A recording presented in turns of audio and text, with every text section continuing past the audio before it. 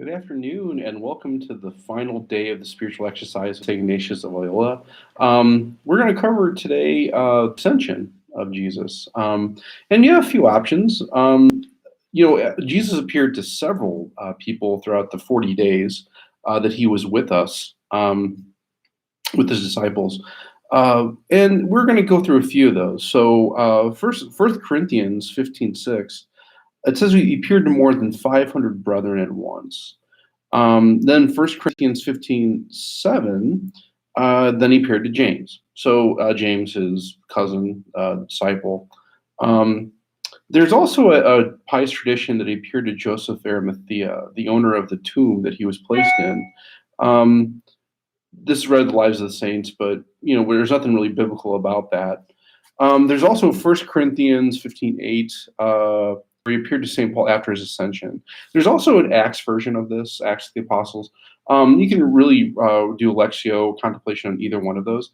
Um, be aware, though, that the way Paul portrays that time of being knocked off his horse, receives the new name of Paul, there's some subtle differences, and we attribute that to the different people that he was actually delivering the message to.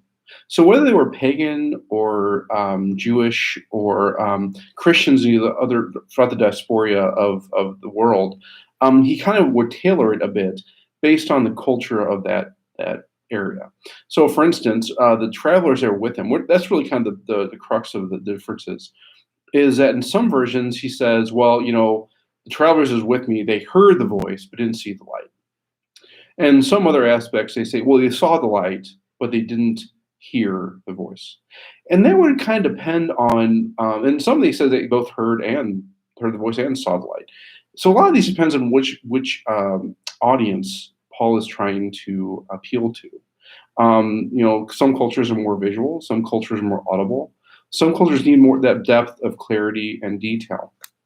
So we have to take that in consideration and take it with a grain of salt when we read these differences in the Bible. Again, the message is the same. Paul, on his way to Damascus, as he was persecuting the Jews, the Christian sect of the Jews, he was knocked off his horse, and he heard a voice, Saul, Saul, why are you persecuting me? And by persecuting Jesus, he was persecuting his church. And then, of course, when there comes a change in the name, there's a change in identity and relationship with that person. So think when Jesus told Simon that your name now is Peter on this rock. That gave Peter a new identity and new relationship with Jesus, namely that he was going to be the rock on which the church was built, the first pope, the vicar of Christ. Same with Paul. Paul's relationship now goes from, again, this high-ranking Pharisee, someone that was held in esteem by the people, to now this great evangelist, this great apostle to go out to the pagan nations, the Gentiles, and to transform their lives, start these churches, to be that apostle to the Gentiles. So it's important to keep that in mind. And then finally, Acts 1, verse 1 through 12, which is the ascension, right? So the disciples were told to go to Mount Olive. For that, they were on the plains of Megiddo. Megiddo has a lot of historical context, even prophetic context. And he was ascended on Mount Olive before their eyes in a cloud. And then while they were gazing up, this angel was appeared to them and said, Men of Galilee, why are you sitting here looking at the sky? The Lord will come back in the same way that he left. And this is the time that we're in now, right? And it's fitting that we end our retreat with this contemplation because we've been in this time of the end times since that ascension. And then, of course, that starts the first novena from the ascension to Pentecost. And if you want to do a Lectio, a contemplation on the Pentecost readings, that's good too. Again, liturgically, it doesn't happen for another 42 days or so, give or take. But it's good to kind of contemplate that kind of culmination of the Lord's presence here after the resurrection, and then leaving us that spirit. That for those 9 days between the ascension and Pentecost, what did the disciples do? Well, they go back to the upper room. And we would think, well, why are they back in the upper room? Why are they afraid again? Well, I mean, in a way, it kind of makes sense that, the Lord has not left. He's now in heaven. His body is there. Now, granted, God is present everywhere, and he makes himself present in the Eucharist. And I'm sure they were celebrating those masses, even as the Lord told them, do this, remember to me. So I'm sure they were doing that. Um, but, the sense of fear that the Spirit had not yet come upon them. So it's not necessarily maybe proper to think that they were just scared and were trying to hide.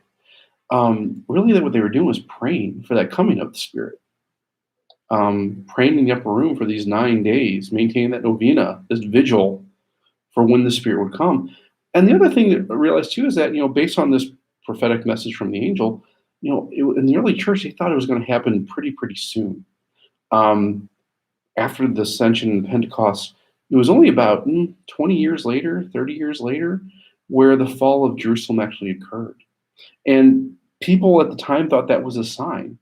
And of course it was. The destruction of the temple that has not been rebuilt since.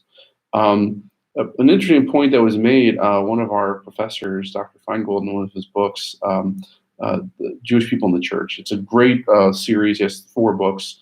But he made a point that it was a common practice that there would be this piece of linen hanging from the mantle of the Holy of Holies. And when it turned white, that meant that it was going to be kind of a bad year.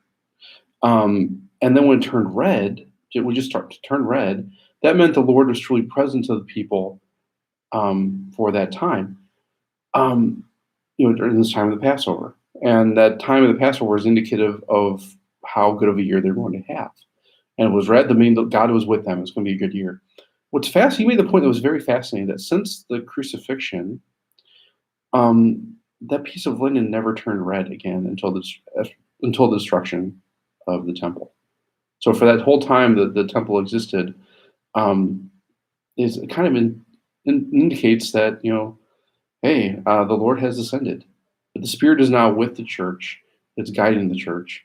So maybe that'd be something good to reflect on today for sooner. Again, any of these would be a good choice. I would definitely do Acts 1 through 12. That would probably be one you want to really reflect on deeply. And then the Pentecost readings. But the rest of those, whether it be 1 Corinthians 15 or the apparition to Joseph of Arimathea, feel free to, if you have some time today, go ahead and do that. But I would surely make sure you at least do Acts 1 through 12 and reflect on that.